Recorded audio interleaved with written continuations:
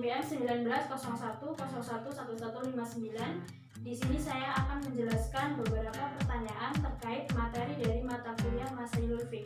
Yang pertama yaitu pertanyaan terkait materi anak angkat, anak zina, dan bayi tabung. Pertanyaannya, bagaimana hukum bayi tabung menurut pandangan Islam? Hukum bayi tabung menurut Islam tidak disebutkan secara spesifik di dalam Al-Quran ataupun As-Sunnah. Bahkan, hal ini juga tidak dijelaskan secara khusus di dalam kajian fikih klasik. Untuk menyelesaikan permasalahan mengenai aturan bayi tabung, maka harus dikaji menurut hukum Islam dengan memakai ijtihad para ulama yang sudah lazim digunakan dan bisa dijadikan sumber pokok hukum Islam. Nahdlatul Ulama sudah membuat ketetapan fatwa mengenai masalah bayi tabung, bahwa apabila bayi tabung yang masuk ke dalam rahim istri bukan berasal dari mani suami dan istri yang sah, maka hukumnya adalah haram. Jadi bayi tabung apabila inseminasi buatan atau bayi tabung dilakukan saat masih berada dalam ikatan suami istri, maka metode tersebut diperbolehkan oleh kebanyakan ulama kontemporer sekarang ini. Ada beberapa persyaratan yang harus dipenuhi ketika ingin melakukan bayi tabung, yaitu yang pertama, dilaksanakan atas ridho suami dan istri. Yang kedua, inseminasi akan dilaksanakan saat masih berada dalam status suami istri. Yang ketiga, dilaksanakan sebab keadaan yang darurat supaya bisa hamil. Yang keempat, perkiraan dari dokter yang kemungkinan besar akan memberikan hasil dengan cara memakai metode tersebut. Kemudian yang kelima, yang melakukan metode adalah dokter wanita atau muslimah apabila memungkinkan. Program bayi tabung bisa menjadi haram jika ada keterlibatan pihak ketiga dalam prosesnya, seperti melibatkan donor sperma, sel telur, atau donor embrio selain pasangan suami istri dalam prosesnya. Pertanyaan kedua tentang materi ini yaitu, mengapa hasil anak zina tidak berhak mendapatkan harta warisan? Sebab seseorang menjadi ahli waris di dalam sistem pewarisan Islam ada yang disebabkan hubungan perkawinan dan ada karena nasab atau keturunan. Suami istri dapat saling mewarisi karena keduanya terikat oleh perkawinan yang sah. Hubungan nasab seseorang anak dengan ayah dalam hukum Islam ditentukan oleh sah atau tidaknya hubungan perkawinan antara seorang laki-laki dan seorang wanita sehingga menghasilkan anak. Menurut Imam Abu Hanifah menegaskan sahnya status anak zina dinasabkan pada bapak biologisnya apabila kedua pezina itu menikah sebelum anak lahir. Dalam pewarisan, anak luar nikah menurut mazhab Hanafiyah adalah sama dengan anak mula anak, yaitu tidak memiliki bapak dalam kewarisan. Dalam sebuah hadis disebutkan bahwa Nabi menghubungkan anak mula anak terhadap ibunya dan tidak memiliki hubungan kerabat dengan pihak bapak, maka hanya diwajibkan yang mewarisi dirinya adalah kerabat ibunya dan mereka mewariskan kepadanya.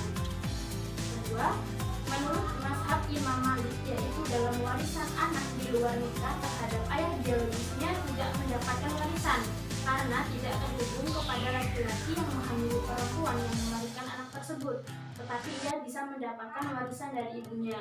Anak hasil zina tidak mendapatkan warisan dari harta peninggalan bapak biologisnya dengan alasan tidak memiliki hubungan nasab.